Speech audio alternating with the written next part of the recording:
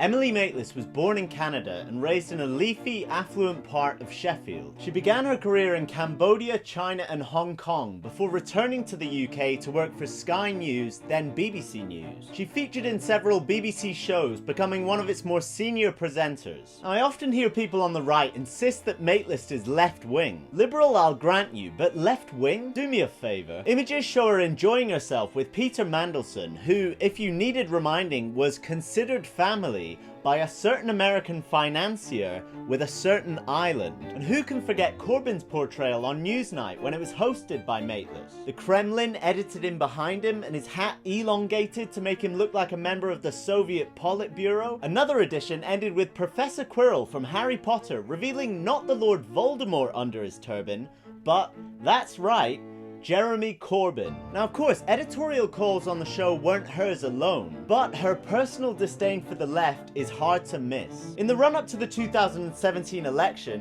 when, by the way, Labour won more votes than in any other 21st century election, Maitlis mused as to whether there was still time for a coup against Corbyn. Add in the eye rolls at left-wing shadow cabinet members and the sulky, childish body language when Corbyn criticised Starmer's Gaza stance on the night of the 2024 election. Now, many centrist journalists and politicians have built their careers and self-image on the idea that they are Labour, the sensible, caring, but essentially identical alternative to the Conservatives. When someone arrives with authentic Labour values, they feel personally challenged. All of a sudden, they're worried they won't be seen as the good guys anymore. This isn't the kind of political disagreement that the left faces from sensible conservative voices. This is personal. Maitlis is, unfortunately, just another in a long line of journalists worried that if someone with decency and integrity comes into power, their address books and WhatsApp contacts packed to the rafters with insubstantial New Labour dreck